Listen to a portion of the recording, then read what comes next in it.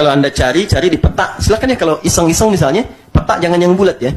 Jangan yang globe. Anda ambil yang lebar misalnya, coba Anda hubungkan, Anda cari, sambungkan, titik tengahnya pasti Ka'bah.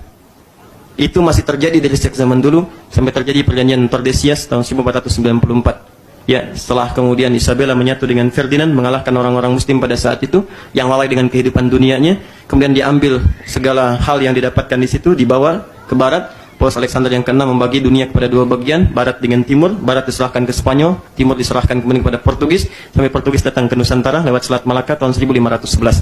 Sampai kemudian datang ke arah dekat Sunda Kelapa, menguasai wilayah itu, sampai Sunan Gunung Jati mengutus menantunya, namanya Fathullah, untuk membebaskan wilayah itu.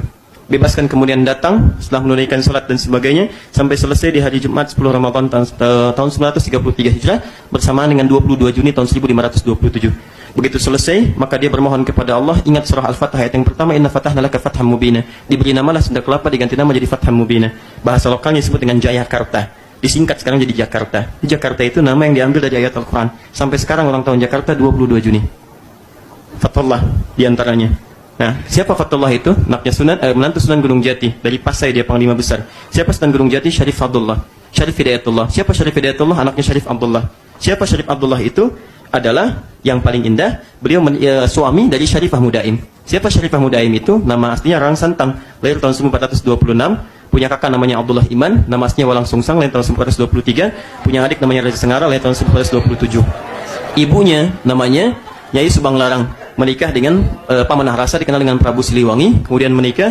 Nah, Pamanah Rasa ini saat inspeksi dari wilayah di Banten sampai dengan ke ujung Jawa, dia mendengar seorang perempuan baca Quran di daerah sekarang Karawang.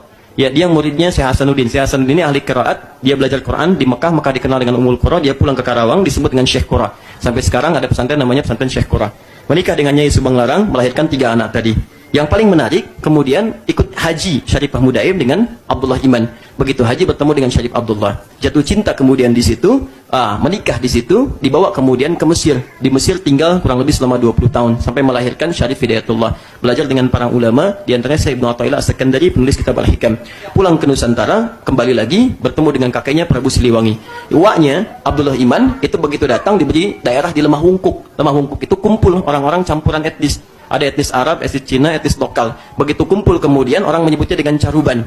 Kebiasaannya bikin terasi dari udang. Kemudian dikeringkan dengan airnya. Air disebut dengan cai, hasilnya disebut dengan rebon. Maka digabungkan jadi Cirebon. Di daerah Cirebon. Betul. Kemudian carubannya itu ada sekarang di wilayah Lasem. Jadi kalau Anda naik dari Pantura sampai ke Semarang, Anda lurus, mau belok kiri, ada kemudian flyover, lurus, ada